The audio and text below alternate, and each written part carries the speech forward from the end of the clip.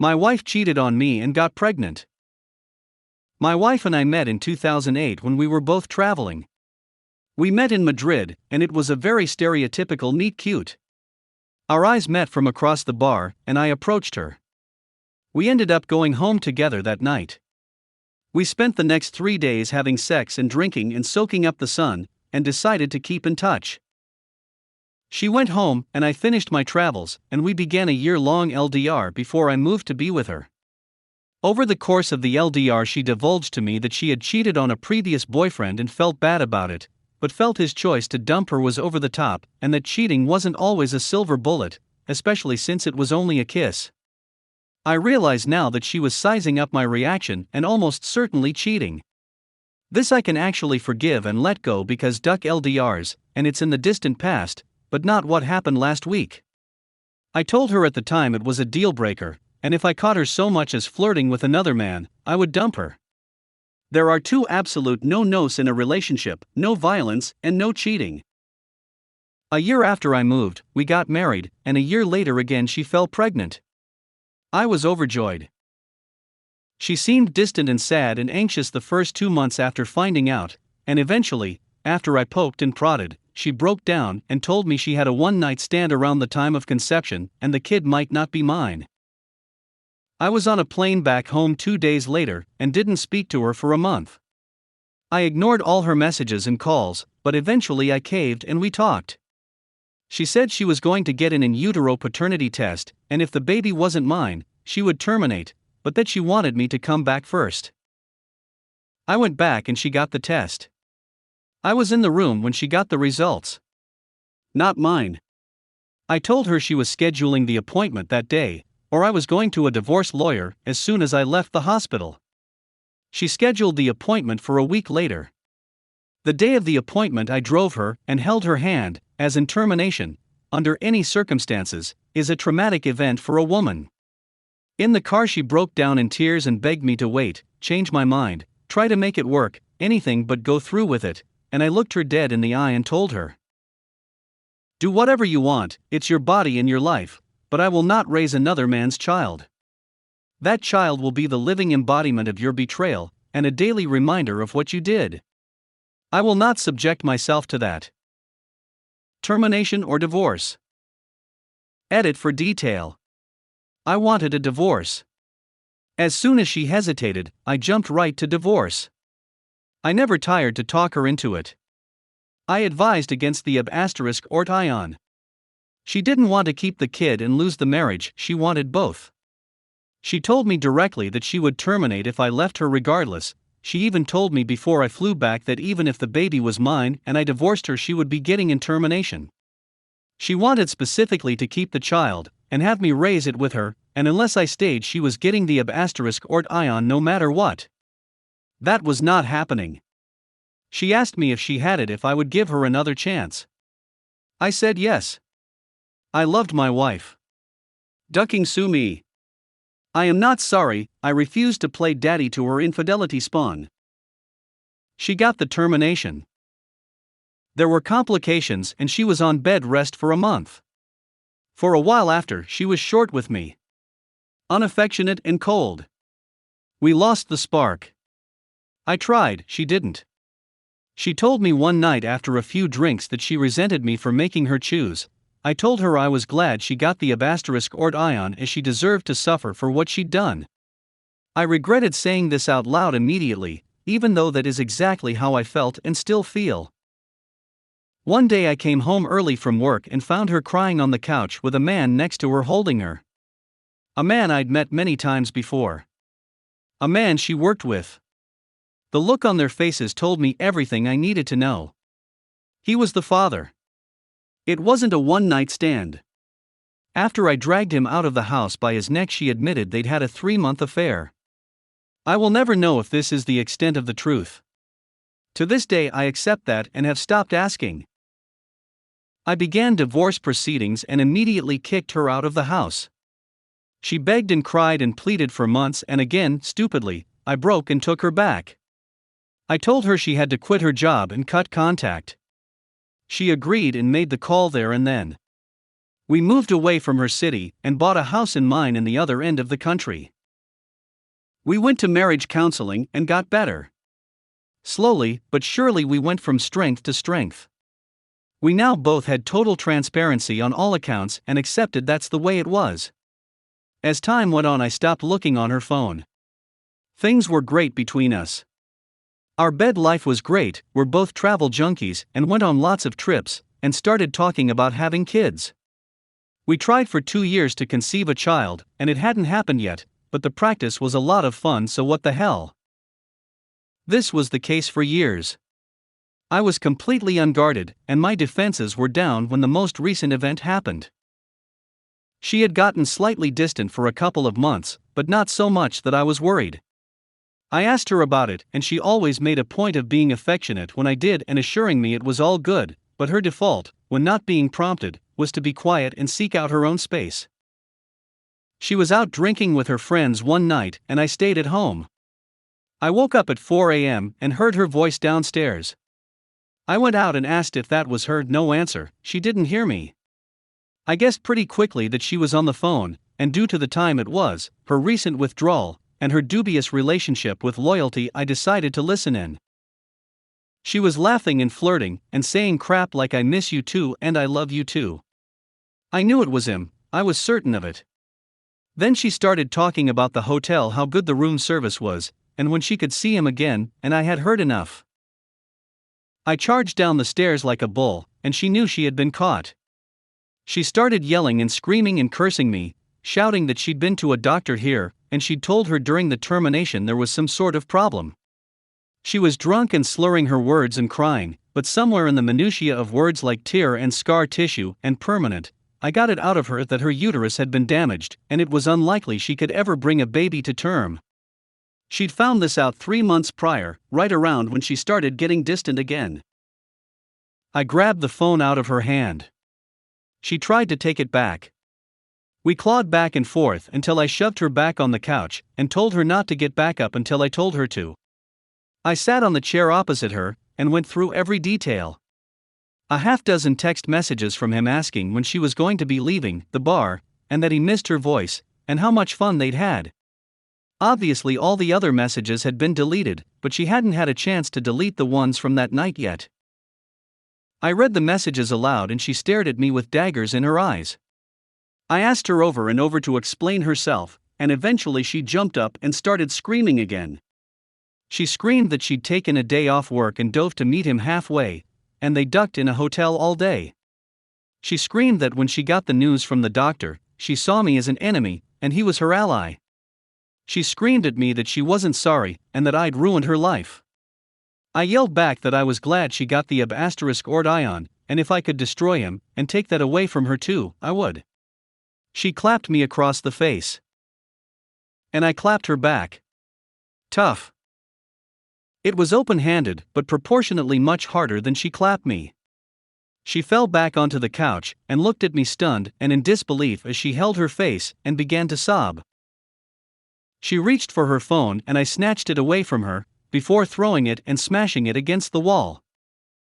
I went up to my room and paced back and forth, and she sat downstairs crying, and that's where we stayed until morning.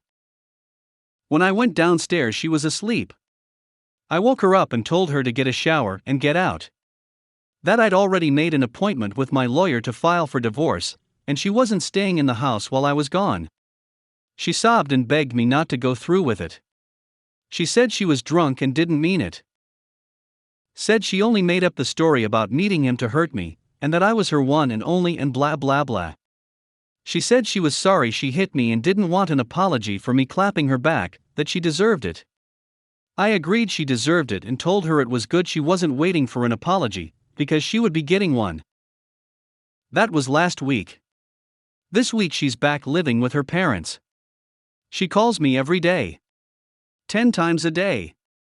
She sends lengthy, weepy text messages that I don't read or reply to, as my lawyer says I shouldn't contact her unless through him. I'm going forward with the divorce. FML. Edit, an important note I left out, that I have answered on numerous comments, and it wasn't until someone pointed out I should have mentioned it in the OP. She stated she had no interest in raising the baby alone. If I divorced her, she was going through with it. She didn't want to keep the baby, and I made her get rid of it. She wanted us both to keep it, and be the father to the child of the man she cheated with. At this point, I still believed the pregnancy was due to a one-night stand. She had a weekend away with the girls. She was not on a weekend with the girls.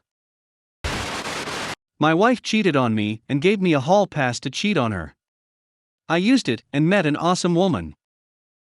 My wife, 40F, had an affair and then encouraged me, 40M, to sleep with someone as a way of trying to make up. My marriage is doing much better, but I've developed feelings for my new partner, 32F, and have been thinking about leaving my wife. I have been married to my wife for 12 years, but together 14 in total. We had a good marriage, even great at times, before her affair. I won't say our marriage was perfect, because it wasn't, but in looking back I don't see anything I did which justified her affair. I do admit that sometimes I spent too much time at work or on our kids and not enough on her, which I think is common among most married couples at some point, but I was not a bad husband by any means. In October of 2018, she started an affair with her coworker. She had been having an emotional affair with him for longer, but this is when it became physical. Their affair lasted until May 2019. That is when she broke it off. She then confessed everything to me in July 2019. She says that she always felt what she was doing was wrong but justified it to herself by telling herself that I didn't care about our marriage anymore. When I asked her to go to counseling with me after I began to feel she was pulling away, and we weren't connecting anymore, April 2019, and she saw that I really did care still, she began to feel guilty, and eventually broke things off. She admits that she initially wasn't planning to tell me about the affair, but she felt guilty over this too, and got to the point in July where she felt like she was going to have a breakdown if she didn't confess. Things were bad after I found out about the affair. I didn't move out for the sake of our kids, but I wanted to be away from her. We barely talked unless it involved the kids. There was no affection. I didn't want to divorce her, but I didn't see how I could get past the cheating. She kept apologizing and telling me she would do anything to fix our marriage and floated the idea of me sleeping with someone else if it would help. Eventually I realized that I couldn't keep living in this limbo. I either had to divorce her or work on our marriage. I decided to at least give our marriage a shot to see if anything could be salvaged, mostly because she chose to come clean, and I felt like that was a sign she was truly remorseful even though she had planned to keep the affair from me at first. We were able to start counseling in October 2019, but I didn't feel like it was working and told her I felt like I was wasting my time. She begged me to keep going to counseling and again encouraged me to sleep with someone if it would make me feel better. I thought about it more this time than when she first mentioned it, and the more I thought about it the more I felt like I would not be able to get past this until I slept with someone too. In hindsight, I don't think that was a healthy attitude, but that was how I felt. I decided around January of this year that I would accept her offer of a pass. When I told my wife her only condition was that I keep going to counseling. I met my partner in February. She's pretty incredible. I was only expecting to have a fling with her, but it has become a lot more. I feel we are compatible in ways my wife and I never were. She knows about my situation and has been very understanding. She admitted to me recently that she wants more. She doesn't just want to be my ex-partner. She wants us to be a couple. Part of me feels the same way. I can't deny that I have wondered what life would be like with her. I think we could be very happy together in ways I may no longer be able to be happy with my wife. The idea of a fresh start is very appealing. On the other hand, I don't know if I am thinking clearly about this. I feel like I may be falling into the trap of thinking the grass is greener. We've only known each other for a short period of time. My wife has also been working really hard to save our marriage, and I can say that we are in a much better place. For the first time since I learned about the affair, I think that our marriage is salvageable, and I can see a future for us together. I doubt I can ever fully get over the affair, but I think we can be happy again. That is my dilemma. It's better for my kids if I chose their mom. They may even hate me if I leave her for my partner, and they find out how our relationship started. My relationship with my kids is my top priority. On the other hand, I wonder what kind of relationship I can have with my wife. I forgive her, but I don't know how I won't always have trust issues. It's a lot of baggage to live with for the rest of my life, and I'm not sure that is something I want. Of course, there's no guarantee the new relationship would work, so I could be leaving my marriage for nothing. I'm not sure what to do. We have reached the end of the story. Let's listen to some of the comments by our Reddit listeners. Comment 1. The marriage is over. It's time to move on for your own happiness. Original posters reply.